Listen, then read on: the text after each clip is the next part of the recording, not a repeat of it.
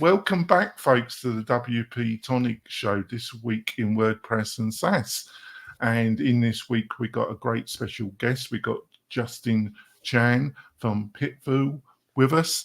It's a SaaS-based business. It helps you do surveys to your clients or potential users to find out how they think of your copy, your design, anything to do with any product or service that you're trying to pitch to the general public or to business. Should be a great discussion. We're going to be talking about all the things that Justin has learned in trying to build this business, some of the things that came on the radar that he wasn't expecting, and we're going to be talking about AI. It's going to be a fantastic discussion. I'm going to let Justin do a really quick 10-15 second intro. So Justin, would you like to quickly introduce yourself to the tribe? Sure. My name is Justin Chen, the co-founder of Pickfu.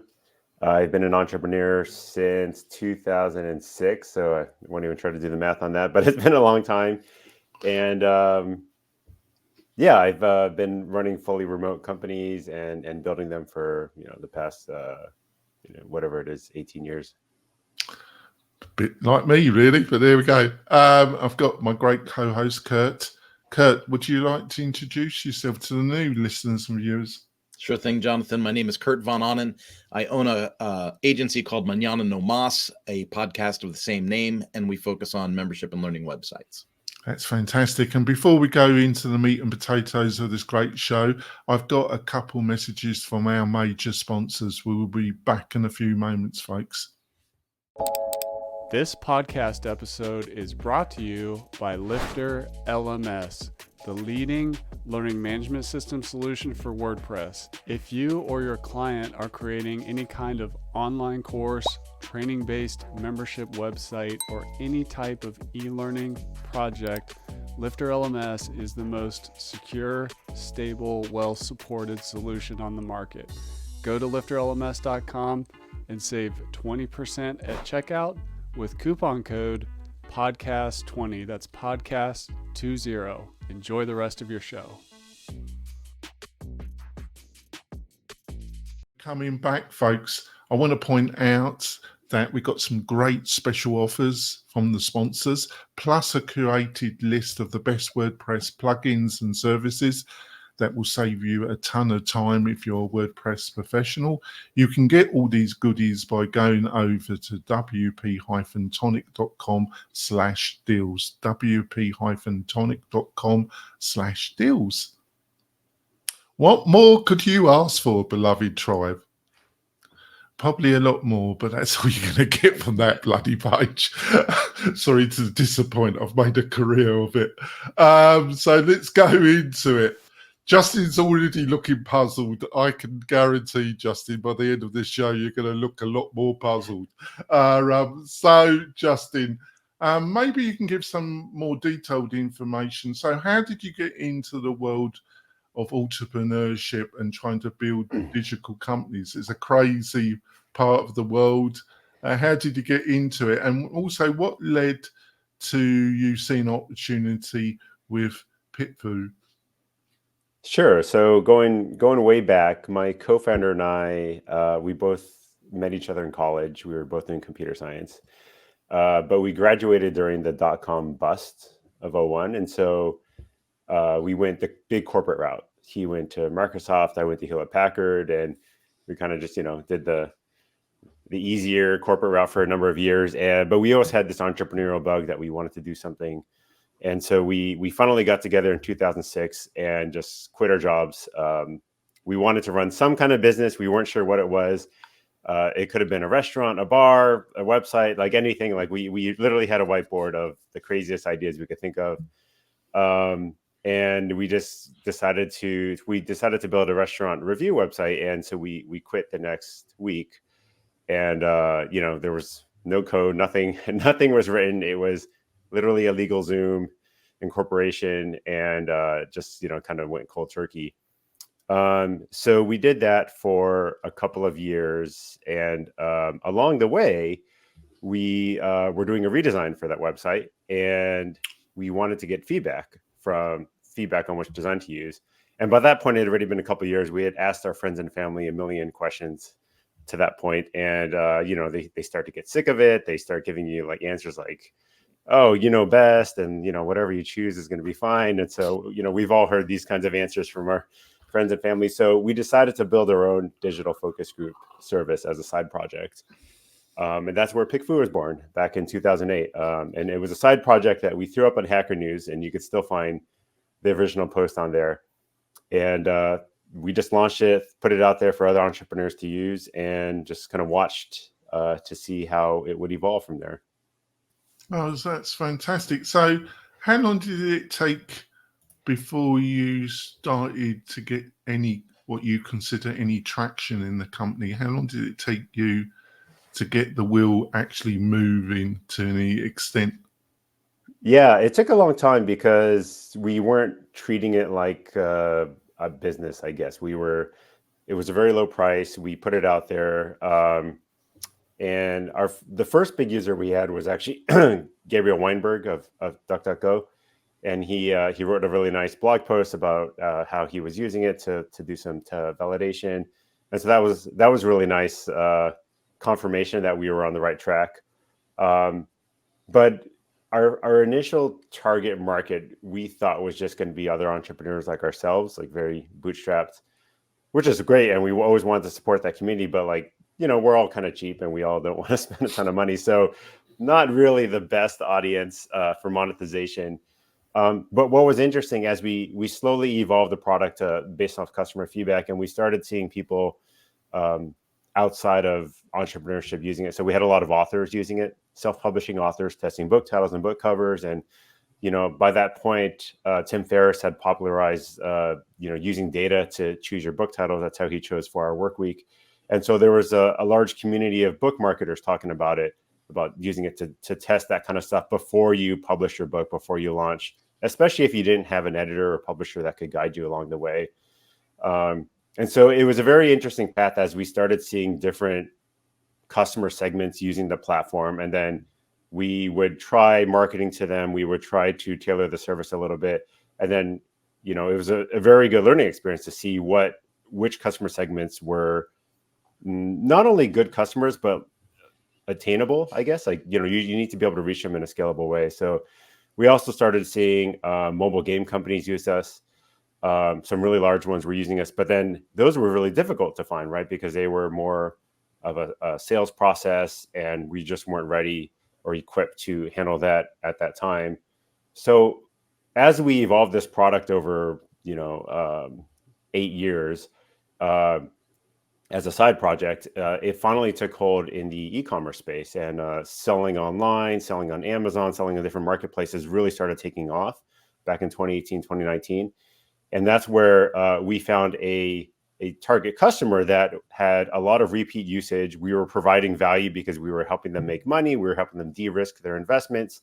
And so there was a much better alignment with the business. And then also from a marketing standpoint, they were easier to reach than say like mobile game companies, because there was a tighter communities of people learning about e-commerce and talking about selling on Amazon and things like that. And so that's when we really started to grow. That's when we decided to pivot all of our attention from our previous business over to Pickfu and really start scaling the team and kind of going for it, so to speak.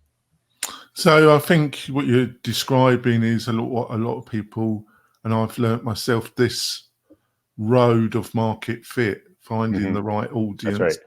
That is also available in a timeline that the cost of acquiring that customer isn't ridiculous to the price of the product.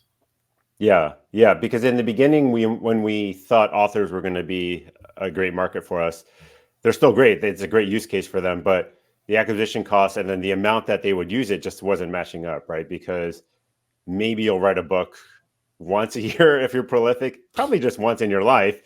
And so you're going to use it a few times, and that's great. But then, you're no longer a repeat user for us.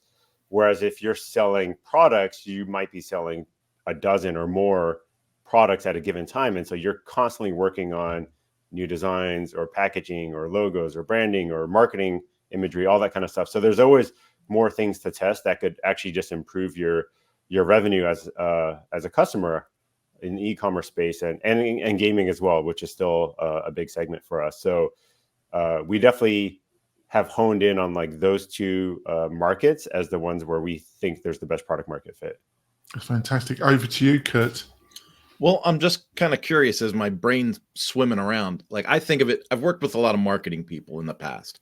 And so marketing people typically say, well, let's throw it up on an A/B test. And then none of them know how to run an A/B test. It's run around the office, or let's release the page this way and see what gets the most hits or whatever. And it seems like you guys have just simplified that kind of process. Like throw a mock-up of this and a mock-up of that. And what do people pick? And then now you can go into production and make something instead of sitting around with your hands folded, waiting to see what marketing says.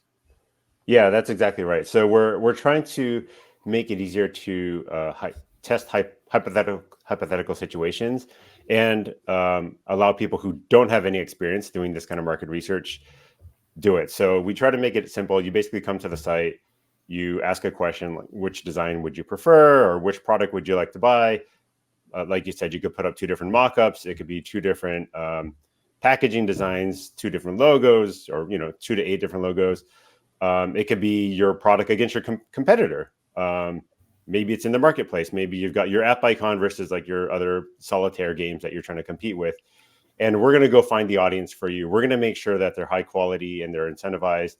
And then they're going to vote on which ones they like. But more importantly, they're going to give you written explanations why. And that's where the real nuggets of insight are, and also a differentiation from live A/B testing, because you may see which one wins quantitatively, but you're not going to understand why they chose it. You might have assumptions, but when people just tell you like, I don't like that font, change it, or green doesn't work for this kind of product, then you know exactly what to have, what to change on the next iteration.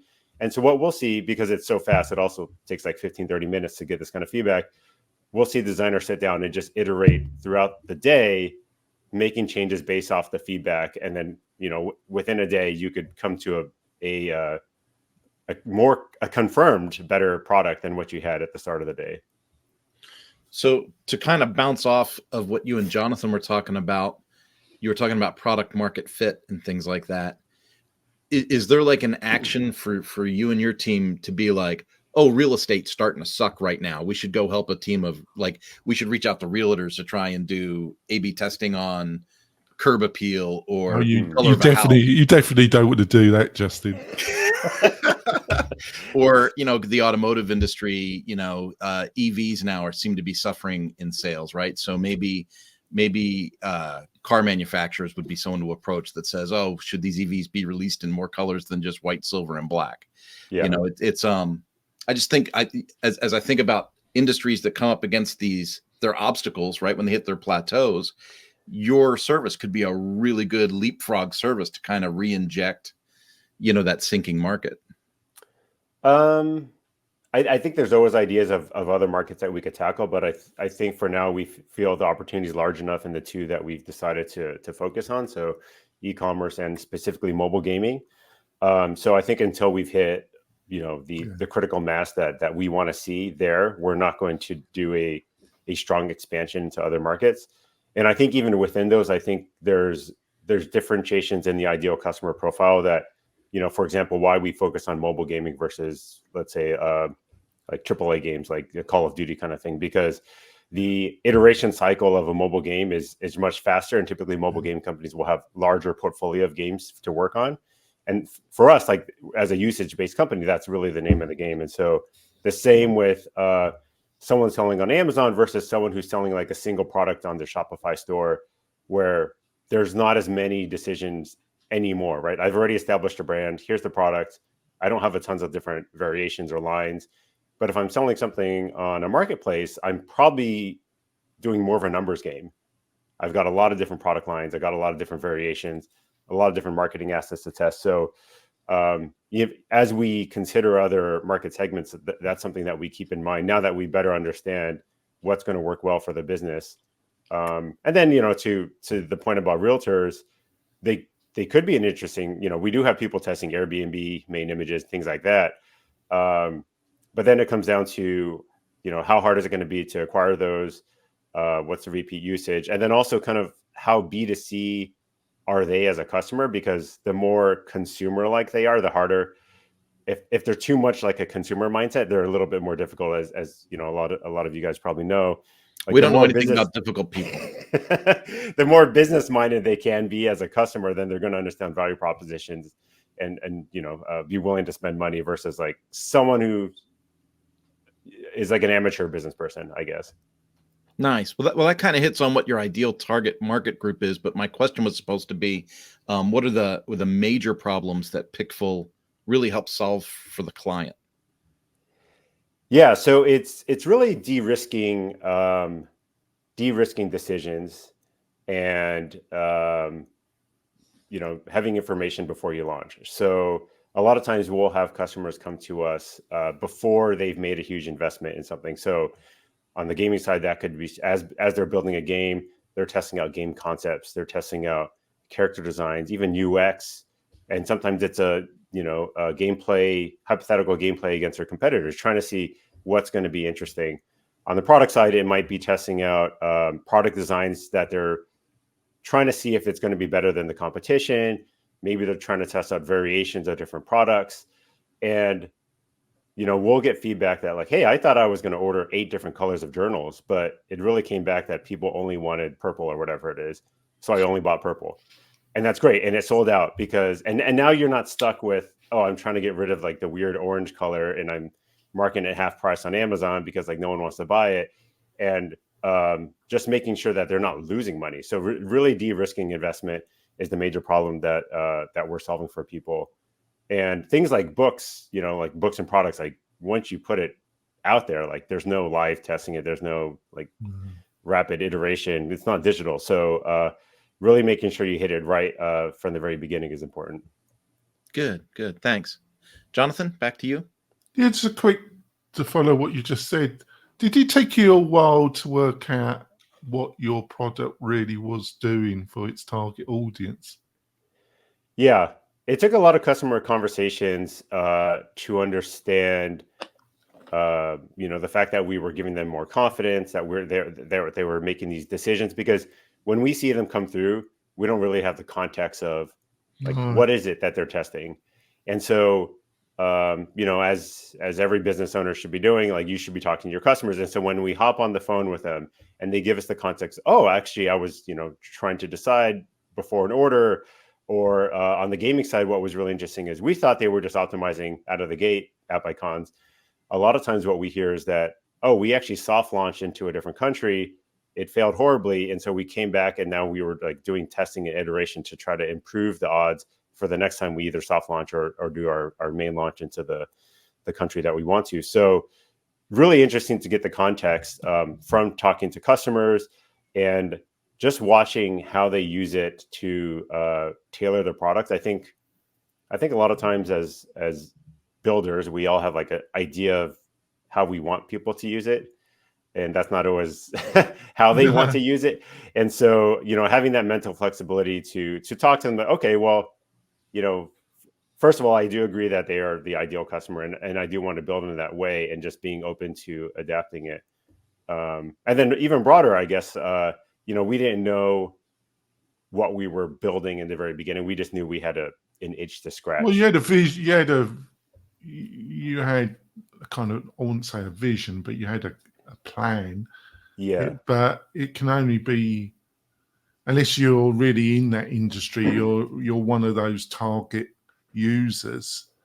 Yeah. It's educated guessing to some extent. Would you agree with that? Yeah, it is educated guessing. But I think as you talk to your customers and get confirmation that you're heading in the right direction, I think what was interesting to us was as we started discovering this broad need for rapid consumer feedback across different customer segments. And then as we started getting larger customers, we have a lot of corporate customers now using it, which we always thought was puzzling because they have consumer insights teams. Like we have very large, some of the largest companies in the world using us. And we always ask them, like, why don't you just tap into the insights team that you have? And they'll tell us, well, insights teams won't give us the time of day for these kinds of tests because they run the big studies, right? Like, what's the strategy around like this next big product push or something like that? And it's a very long form, takes, 5 figures at least, and maybe a couple months. But if I just want to test out packaging variation, they're not going to help me out. And we don't have the tools to do that. So really enabling everyone in any kind of enterprise to gather feedback. So basically getting into the hands of the people doing the work. So the marketers, the designers, the product managers, has really empowered a lot of people. And so we saw this untapped area of, democratized market research. And that's what our goal is. Like, our broader goal is just to make it so that anyone can do this kind of research, whether you're a small publisher, which will, author that will still handle, or a product manager at, a Fortune 500 company. So if you don't want me, are you totally bootstrapped, or are you angel or VC? Fully bootstrapped. Yeah, we were able to build it with the revenue from our previous business. And then as we started seeing the growth, then we just started reinvesting profits into hiring. Oh, that's fantastic. So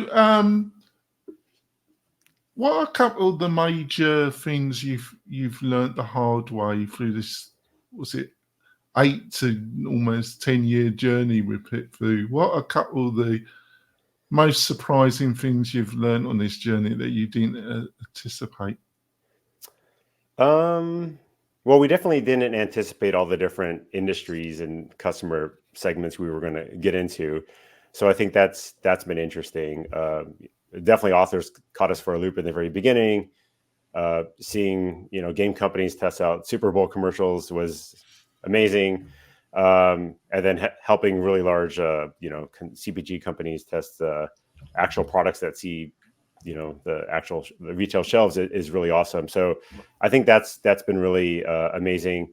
I think for us also, the global nature of our customer base has been really fascinating. So we started with a US specific pool of respondents. And so that actually ended up attracting a lot of non-US customers. So if you're a Chinese game company or a Chinese manufacturer and you want to get US customer feedback, it makes sense. Or you're in Europe selling into the US, you're in LATAM selling into the US. So, we still have about 50% of our customers outside the US. And so that's guided us to build a much more global workforce. So we want to make sure that the people, our whole team that's building this product for, a global customer base, always has different cultural considerations in mind when we're building UI or writing copy and making sure things can be localized and all that kind of stuff. And so I think that was definitely unexpected, but I think has really allowed us to build a more interesting company. So now we've got people all over the place, from South Africa,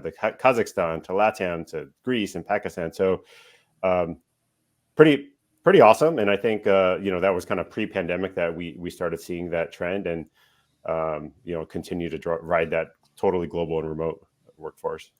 So you got these pool of individuals that give feedback. How do you get these individuals? And what is the right type of individual to do this type of feedback? Because you could say, oh, it's just anybody, but it isn't really, because I'm only surmising this, that it's a particular. Did that take a long time to find the right pool of people and attract the right people? So we tap into the same. There's a whole industry of companies that explicitly build what they call consumer panels, and so we tap into the same consumer panels that a Procter & Gamble would use when they do their market research. But the way they will do it is their insights team will work with an external market research consultant who will then go, work with these panels and create these long form surveys. They'll collect a bunch of data. They'll do a bunch of manual data quality cleaning and compile the results. And we try to automate all of that into like a more simplistic single question approach. So we're not going out and sourcing the people as much as partnering with different panels. Oh, right. And then we build a layer of our own data quality and audience targeting on top of all of those. And the quality is definitely the biggest challenge and where we spend the most time, because as you can imagine, if you incentivize people on the internet to do something, they're going to try to game the system. So we spend a lot of effort. They would never do that, Justin. Never. That shocks me, Justin. That really does. That insight shocks me. I'm sorry, bit of sarcastic English humor. Yeah. So we spend a lot of our effort pruning quality and trying to improve the way that we reject people. So, on a given poll of 50 responses, we're probably rejecting over half of those, as we're able to detect if they're not paying attention or they're just not doing it earnestly. And by asking for that written explanation, that gives us an important data point for kind of gauging that kind of engagement. And so, like, if you were just buying traffic to your live A/B test and people are just like randomly clicking, like, well, you don't know like if they actually meant that. But if you ask them to explain it, like, at least they're forced to give some some thought to it. Yeah. Before we go for our break, then, so you said it's all been bootstrapped. One of the link to this question: do you think that was the right decision? Do you think you should have taken investment at an earlier stage? Would it have really helped in accelerating this process, or are you totally happy with your decision to just bootstrap it? I don't think it would have. I think it would have steered us down the wrong path. I'm happy with the slower evolution, because I think we built up so much, I guess, knowledge from the constant iteration and kind of probing different directions. And I feel like if we were funded, we would have picked one of those from the very beginning and just gone super hard in that direction. Even if the unit economics maybe didn't make as much sense, it would have been like, do it at scale, even if you were losing money, kind of thing. And I think it would have put us in a really bad place. And our previous business was also self-funded, and we saw a lot of our competitors be forced to shut down or forced to pivot their business model just because, like, well, the board and investors say that, like, it's not working out. But from the outside and from our perspective, we always thought, like, no, that's a great business. Like, why are they changing it? Like, they had a good thing going, and it's just that it wasn't good enough, right? It wasn't big enough. And so they had to just keep taking like wild stabs at different things. And eventually a lot of them just shut down. And so we didn't want that to happen to this business. And we wanted to allow it to have the natural evolution that would give it stronger legs in the long run. And it's just allowed us to build it the way we want to build it. I don't, even going fully global, I think would have been a challenge in the very beginning. I think, they would have forced us to be in the same location and have an office, if this was like 8 to 10 years ago. And my business partner and I have never been in the same place. So we've always been in 2 different cities across the 18 years that we've worked together. So that's probably why you can keep working together for 18 years, isn't it? Yeah, we're not bothering each other. Sounds like the perfect marriage. Sorry, now I'm getting into trouble now. We're going to go for our break, folks. It's been a fantastic discussion with Justin. I think we've covered some good stuff. We've got some good questions for the second half. We've got a couple more messages from our great sponsors. We will be back in a few moments, folks. Tired of hosting providers that can't handle high traffic loads? Conversio is here to help. Our platform can handle any amount of traffic, all without slowing down or crashing. With immediate Slack support, performance optimization, and a team that thrives on resolving technical challenges, your e-commerce business is in safe hands. Learn more about Conversio at conversio.com. Coming back, folks. It's been a great discussion. I think Justin's actually warming to my English humour. He's grinning, he's not scowling. But before we go into the other questions, I want to point out we've got a great weekly newsletter aimed at the WordPress community. To get this great rag, which I write myself, I scour the internet for you, beloved tribe, finding the latest tech and WordPress stories that interest me. Plus, I write a little commentary in my sarcastic English humour. What more could you ask for? And to get this rag, all you have to do is go over to wp-tonic.com/newsletter. WP. You're not typing it, Justin. You should be. Got it. I've got it up there. Yeah, that's it. I'll always watch our beloved interviewees. Are they type the address? WP-Tonic.com/newsletter, and you can find it Writing there. it. Yeah, that's right. Sure, Justin. Over to you, Kirk.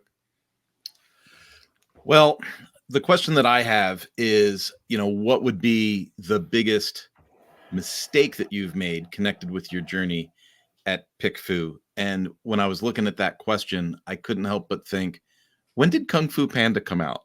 And it came out in 2008, the same year you talked about.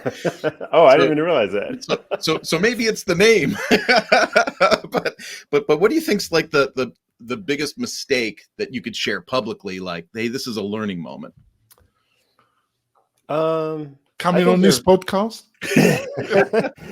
I don't know if I'll give a specific mistake, but I think a common one that we made a couple times that maybe will resonate with others is thinking that maybe like a high pedigreed hire or like a high profile consultant will like save the day. Whether that's, I think a lot of times as entrepreneurs, like we're obviously not great at everything. And so you want to bring in someone maybe who's good at sales or good at marketing, or maybe like an all-star designer that you've seen like on stage and thinking like, oh, well, once we get that person, like they'll just come in, they'll figure out they'll understand our business and they'll make an impact. And I feel like that's almost never paid off. And it's always a really expensive experiment, and it's really disruptive.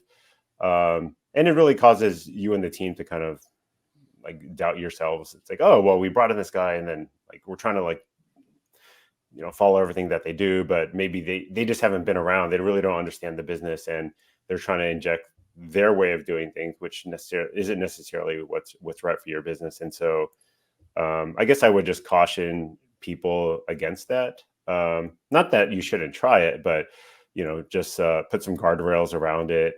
Don't let it be too disruptive. We've allowed people to come in and say like, hey, I'm changing how we're doing everything. I'm going to do it my way. I'm going to fire all your people and I'm going to bring in my own people. And it's like, okay. And then, and then they would leave. And it's like, okay, well, that just disrupted a lot of stuff. And, I guess. Well, that caused a lot of chaos for the little guy. For little guy, did it? And you get the invoice. Exactly. So, don't allow like the hero. I don't know. I think there's a word for it, but don't allow that savior complex to kind of derail your own journey. That's pretty dang insightful. I mean, because we could pull some really big names out of the ether and say like, look at Tony Robbins, look at Grant Cardone, look at Dean Graziani, look at those guys, and everyone goes, oh, they're so successful. I want to be just like them. And it's like, if you injected Grant Cardone's personality into your day-to-day life in the position you're in right now, people would beat you in the street. So I always find that kind of stuff interesting, and that's pretty dang insightful. It must be because Justin, I've been living in America now for almost 18 years, but I'm a joint citizen. I'm a US, but for about 40 years of my life, I lived in the UK. And all those names that Kirk have mentioned, they've done me personally no harm, but just hearing their names, I just cringe. Everything that those figures represent about American culture it just resonates negativity in me. But they're hugely successful and they have an enormous tribe, don't they, Justin? Yeah, and I think it's entrepreneurs not having the confidence, and they're feeling insecure, so they're looking for someone else to give them the path. Like, oh, well, you just got to follow this journey, or I'm going to come in and I'm going to save your business because I know how to do this and I've done this a million times before. So, I think you know your business best, and you should have the confidence to take a lot of that data and still hire great people, but don't hand over the reins, so to speak, and just say like, all right, like Well, I think it's about what they're doing with if you want a Facebook campaign and you've got no experience in Facebook hiring, I think educating yourselves and knowing the fundamental elements of running a Facebook campaign so you can make a judgment call. But should you run it? Probably not. Building a website, you're probably, if you've got no money, you got to do it. As a startup, you got to do it. But,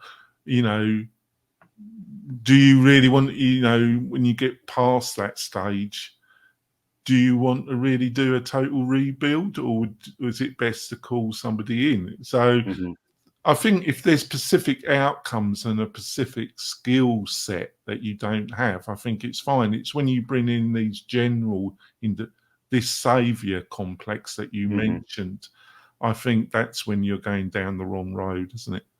Yeah. It's a bit like Doom 2, isn't it? And I definitely echo your point about trying to learn it and trying to do it a little bit, just so that you have the context of not only hiring that particular individual, but also being able to talk about their work and judge it a little bit, right? If you've never even seen what the Facebook ad manager looks like, then you may be confused about the things that they're talking about or what they're even doing. So as an entrepreneur, you might as well try everything. Part of this is the learning experience. And that's what we love about it, is just being able to get our hands into all the different aspects of the business, because they're fascinating. And you'll try it and you'll be like, all right, I don't want to do this. I'm going to bring someone in to do it. But at least I kind of have a passing understanding. I could talk about it and be a judge if they're doing a good job. So from a personal savior, let's go on to a technical savior, AI. Yes. AI is going to do everything and save everybody and every quasar semi-failed business model. You just add the words AI to them, and then you get investment straight away. So I've been rather cynical today, and I had my fourth cup of coffee. So, but seriously, I can see how maybe AI can be very directly linked to your own business. So I would imagine you and your partner and your key people in your company are been having a lot of discussions. I'm only surmising this, but I would have thought so. So maybe you can tell us what your own thoughts are and what kind of discussions you've been having in your own company and how you see it affecting how your own business goes in the next 12 months to 18 months, Justin. Sure. Yeah. I mean, I think in the very beginning, you had to be cautious with AI, I think, because when it was the first ChatGPT, 3.5 or whatever, I felt like there were a lot more hallucinations and things like that. But I have those every day, Justin. But I still think there needs to be caution, and I think maybe people trust AI too much. So the way that we like to position ourselves is that while you may be using AI to generate content, you're still selling to actual humans. So you should still get feedback from actual humans. And that is how we would like to pair ourselves with AI. But within the tool, we're working on building out kind of an AI market research assistant. So, right now with the poll results, you might get 50 to 100 or 200 written responses from all these different people, and going through all that individual feedback and kind of distilling out the trends can be quite time consuming. So, we've built in AI summaries and even a way to kind of chat with your poll results and ask it questions based off all that written feedback. And so that's kind of the first step towards having this, assistant, where it used to be someone from our team that would maybe help you or an actual market research consultant, but AI can serve the purpose of that. The next steps would be to build in more AI kind of on the creation side of things. So helping people write the questions and kind of give guidance. And I think the way that business is going to be changing is that there's just an expectation of some base level of AI in every kind of tool now. Because I think it's not so much AI specific tools, but like everything should have some kind of AI, because we all have some kind of data, or we're trying to guide the user through something. And AI can help on all those different things. So, even I was playing with Zapier the other day, and they have, a lot of these tools have a really nice, like, you just tell me what you're trying to do, and they'll guide you like, oh, cool, use these 3 blocks. And, because like their AI understands all the different components that Zapier can do. And so, if you've got some kind of form of UI in your software, I think there's going to be expectation that AI will be able to help people configure it. If there's some kind of data that you're dealing with, I think there's going to be expectation that AI has some kind of analysis or recommendations based off that data. And then internally, we highly encourage. We've rolled out ChatGPT Plus to the whole team, and our expectation is that everyone tries to use it for every aspect of their job. And I think a lot of employers are just expecting people to try to be more productive with it, or I don't know what the reality of that situation is going to be, but at least experimenting with it, and at least trying to not be fearful of it, right? Like, try to embrace it, and asking, what we encourage is like, just get back to the roots of like your job. Even like, ask AI, like, hey, as as a marketer, as a customer success person, like, what are some things I could be doing, that might be better for my job, or how do I do this? Like, obviously for coding, it's great for syntax, great for breaking down problems. So like, really not being shy about it, because there's no one judging you. I mean, the AI may judge you a little bit, but no one's monitoring the queries that you're giving it. And so, it's a private way to get feedback on things. So instead of looking for Stack Overflow answers, like, go ask AI.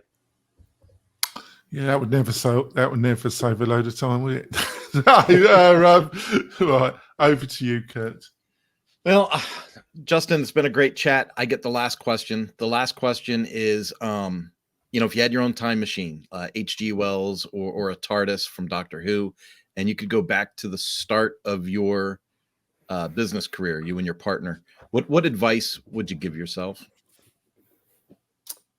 I think generally to focus on scaling the team and delegating more. And I feel like we've always been, as engineers, and then also really wanting to learn different aspects of the business, like, we've been very hands-on, which I think has been good for the most part, but I think that could be a limiting factor when you feel like you have to be involved in everything, and not empowering other people to kind of like take over when appropriate. So, giving away your Legos, as they say. So I think that would be the broadest theme that would have helped, and would still, still something that we're working on to this day, because even as we've scaled the team, we tend to be very involved in a lot of day-to-day things, and trying to get out of that is incredibly difficult as a founder.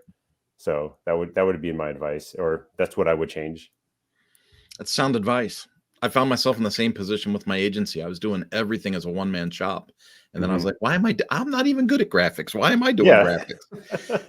Just because I know how doesn't mean I should. So cool. Exactly. Yeah. And you think you're just going to be faster at it because, like, oh, I already got all the context. Like, I can just whip this out faster than telling someone to do it. But that's not really the point. No. And I'll just go on record as saying, is if those pictures were an A/B test over your shoulder, I would pick the one that says the Narrows. Nice. So before we wrap it up, where are you? Where is the company? If you don't mind me asking, how many people work for you? And if you don't mind me asking, how many paid customers have you got? So I'm in Los Angeles. My business partner's up in the San Francisco Bay No, Area. I mean, how many people work in the company? Sorry. Oh, we're about 18 people now, fully remote, full-time people. Like I said, all over LATAM, Europe, and the globe. Paying customers is kind of difficult because it's usage based, and so like we have people kind of coming back, and like maybe they're authors and they come back every year because they write a new ebook or something like that. But yeah, we definitely have helped thousands of different customers across all the different industries. And we've grown in a self-funded way. It's been a great discussion. I think we covered a load of stuff. So, Justin, what's the best way for people to find out more about you and more about Pickfu? LinkedIn's probably the best way. So you could find me, Justin Chen, on LinkedIn. I'm pretty active there. And then if you want to check out Pickfu, pickfu.com, you can sign up. What we're asking, how did you get, what was the path that led to the name, actually, Justin? So it didn't have to do with Kung Fu Panda, but it was related. Oh, that's a because- shame. I thought that was quite a good story, actually. Can't you create a story, say that you did it for that? That would be a Well, good so Fu, we did take the Fu suffix because it's like the mastery of something, and we wanted something that was like the something really good at picking something picking for you, also, which works, pick for you. And then it was just really short at the time, and Twitter was coming out, and we wanted short URLs so people could share them. And we like that it could be a verb. So we have a lot of customers saying that they pick food it when they don't know which option to do. So it's worked out. It's very memorable. It stops a lot of people, and they're like, "Wait, what is that? Tell me what that is, or are you just cussing at me?" So it's a good conversation starter. Well, at least it's pronounceable. We have people that have company names, and I practice them consistently before the show. And the more I practice, Justin, the worse my pronunciation gets. And it's hilarious that I can't even pronounce the name of their company. So, but they take it in good cheer, actually, because Justin, it's been a great discussion. I really enjoyed it. We've got some great guests coming up, folks. Got some great conversations. We will be back next week. We'll see you soon. Bye.